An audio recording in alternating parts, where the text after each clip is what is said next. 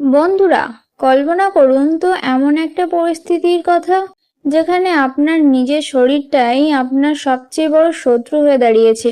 Jujutsu কাইসেনের গত পর্বে আমরা দেখেছিলাম এক ভয়ানক লড়াই, কিন্তু আজকের এই 5 নম্বর এপিসোডটি আপনার সব হিসেব নিকেশ পাল্টে দেবে। গল্পের এই মোড়ে এসে আমরা এমন এক নাটকীয় ঘটনার সাক্ষী হতে চলেছি যেখানে একদিকে আছে বন্ধুত্বের টান আর অন্যদিকে আছে অভিশপ্ত রাজপুত্রের এক নিষ্ঠুর চাল।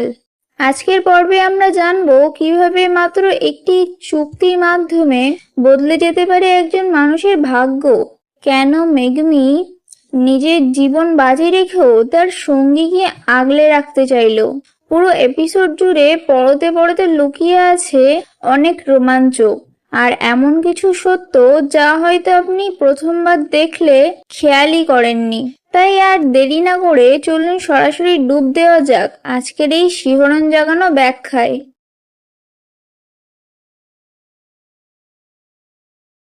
গত এপিসোডে আমরা দেখেছিলাম সেই ভয়ঙ্কর শক্তির তাণ্ডব, যেখানে ইউজি নিজেকে বিপদের মুখে ঠেলে দিয়েছিল যাতে মেগুমি এবং নোবারা বেরিয়ে যেতে পারে। কিন্তু সেই ত্যাগের ফলাফল যে এতটা করুণ হবে তা কেউ ভাবেনি। এপিসোড 5-এর শুরুতে মেগুমি বাইরে দাঁড়িয়ে বুঝতে পারে যে ভেতরে সেই মায়াবী ঘেরাটা ধীরে ধীরে মুছে যাচ্ছে। এর মানে একটাই, সেই অশুভ শক্তিটি আর টিকে নেই। মেগুমি আশা করেছিল যে ইউজি নিজের নিয়ন্ত্রণে ফিরে আসবে, কিন্তু তার বদলে ভেতর থেকে বেরিয়ে আসে এক চরম উদ্ধত সত্তা, অভিশাপের রাজা সুকুনা। সুকুনা যখন বেরিয়ে আসে তার চাল চলন ছিল অত্যন্ত ভয়ঙ্কর। সে মেগুমিকে দেখে উপহাস করতে শুরু করে এবং জানায় যে ইউজি এখন আর তার নিজের অস্তিত্ব রক্ষা করতে পারছে না। সুকুনা মেগুমিকে জানায় যে ইউজি তাকে কোনো শর্ত ছাড়াই সুযোগ দিয়েছিল, আর এই সুযোগটাই সুকুনা কাজে লাগিয়েছে ইউজিকে জব্দ করার জন্য। ঠিক এই সময়ই সুকুনা এমন এক কাজ করে যা দেখে মেগুমি স্তব্ধ হয়ে যায়। সুকুনা ইউজির শরীর থেকে তার প্রাণের মূল কেন্দ্রবিন্দুটি আলাদা করে দেয়। চারপাশে এক লাল আভায় ভরে ওঠে, যা দেখে বোঝা যাচ্ছিল ইউজির জীবন সংকটে। সুকুনা জানে সে নিজে অমর, তাই জীবন শক্তি ছাড়াও সে টিকে থাকতে পারবে। কিন্তু ইউজি যদি এখন ফিরে আসে তবে প্রাণের এই স্পন্দন ছাড়া সে এক মুহূর্তও টিকে থাকতে পারবে না। সুকুনা এখানেই থামেনি, সে তার কাছে থাকা দ্বিতীয় শক্তিটি গ্রহণ করে নিজেকে আরও শক্তিশালী করে তোলে। সে মেগুমিকে চ্যালেঞ্জ করে বলে যে এখন আমি ইউজির প্রাণের পরোয়া না করেই তোমার মোকাবিলা করতে পারি।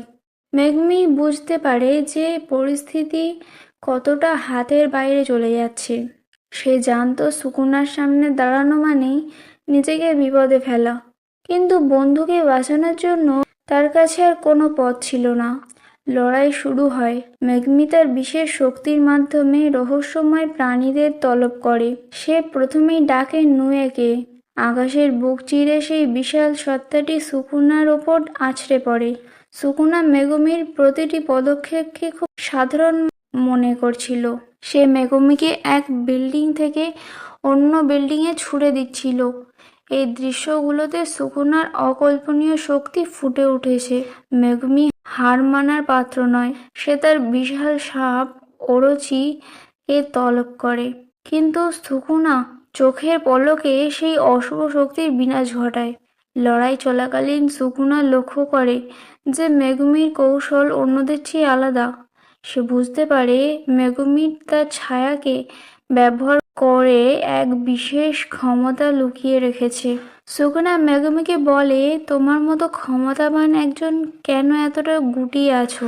সুকুনা আসলে মেগুমির ভেতরে সেই সুপ্ত শক্তিকে জাগিয়ে তুলতে চাচ্ছিল। লড়াইয়ের মাঝখানে আমরা মেগুমির ছোটবেলার কিছু স্মৃতি দেখতে পাই, বিশেষ করে তার বড় বোন সুমিকির কথা, যে ভাগ্যের ফেরে এক অদ্ভুত সমস্যায় আটকে গিয়েছিল। মেগুমি বিশ্বাস করে যে সমাজ সবসময় সবার সাথে সমান আচরণ করে না, তাই সে কোনো মহানায়ক হতে চায় না। সে শুধু চায় ভালো মানুষদের একটু শান্তিতে বাঁচার সুযোগ করে দিতে। সে স্বীকার করে যে সে ইউজিকে কোনো যুক্তি দিয়ে নয়, বরং মানবিকতার খাতিরে বাঁচিয়েছিল। আজ সুকুনার সামনে দাঁড়িয়েও সে তার সেই সিদ্ধান্তের উপর অটল থাকে। সে জানায় যে ইউজি কোনো অপরাধী নয়, বরং একজন সহকর্মী বন্ধু। মেগুমির এই আন্তরিকতা ইউজির ভেতরের সত্তাকে নাড়া দিয়ে যায়। ঠিক তখনই ঘটে সেই অবিশ্বাস্য ঘটনা। ইউজি হঠাৎ করেই নিজের অস্তিত্ব ফিরে পায় এবং সুকুনাকে হারিয়ে দেয়। ইউজি যখন ফিরে আসে তখন তার শরীর ছিল অত্যন্ত দুর্বল এবং নিস্তেজ। সে বুঝতে পারছিল তার সময় ফুরিয়ে এসেছে। সে মেগুমির দিকে তাকিয়ে একটি শেষ হাসি দেয় এবং বলে, তোর কথা শুনে ভালো লাগলো যে তুই আমাকে বাঁচিয়ে খুশি। নিজের খেয়াল রাখিস। এই দৃশ্যটা ছিল দর্শকদের জন্য অত্যন্ত আবেগঘন। পরের মুহূর্তে ইউজি শেষ নিঃশ্বাস ত্যাগ করে মাটিতে লুটিয়ে পড়ে। মেগুমি বৃষ্টির মধ্যে তার বন্ধুর নিথর দেহের সামনে দাঁড়িয়ে থাকে। এরপর আমরা দেখি গোজো সাতোরুকে। সে যখন ইউজির এই করুণ পরিণতির খবর পায় তখন তার ক্ষোভ আকাশছোঁয়া হয়ে যায়। গোজো বুঝতে পারে যে সিস্টেমের ওপর তলার মানুষরা ইউজিকে ভয় পেত এবং তাকে সরিয়ে দেওয়ার জন্যই জেনে শুনে এমন এক মিশনে পাঠিয়েছিল। গল্পের এই মোড়ে আমরা কিছু অন্ধকার শক্তির সাথে পরিচিত হই। একটি নির্জন জায়গায় গেটো নামের এক রহস্যময় ব্যক্তির সাথে কিছু অশুভ শক্তির বৈঠক দেখা যায়। সেখানে তারা পরিকল্পনা করছিল কিভাবে জুজুৎসু সোর্সার্সদের অস্তিত্ব মুছে ফেলা যায় এবং পৃথিবীকে নিজেদের দখলে নেওয়া যায়। গেটো তাদের জানায় যে বড় বাধা হলো গোজো সাতোরু। তাকে সরাসরি হারানো সম্ভব নয়, তাই তাকে কোনোভাবে বন্দি বা অকেজো করতে হবে। আর তাদের দ্বিতীয় লক্ষ্য হলো সুকুনাকে নিজেদের দলে টানা। তারা বিশ্বাস করে সুকুনার সাথে থাকলে তাদের জয় নিশ্চিত। এপিসোডের একদম শেষে আমরা দেখি ইউজির দেহটি এক বিশেষ কক্ষে রাখা হয়েছে, কিন্তু হঠাৎ করে সুকুনার সেই বিদ্রূপাত্মক হাসি আবার শোনা যায়। এটি দর্শকদের মনে বড় এক প্রশ্নচিহ্ন রেখে যায়। বন্ধুরা, এই ছিল এপিসোড 5-এর বিস্তারিত ব্যাখ্যা। ইউজির বিদায় কি আসলেই চিরস্থায়ী, নাকি এটি কোনো নতুন ঝড়ের পূর্বাভাস? আপনাদের মতামত কমেন্টে অবশ্যই জানাবেন। দেখা হচ্ছে খুব শীঘ্রই পরবর্তী কোনো রোমাঞ্চকর এপিসোড নিয়ে।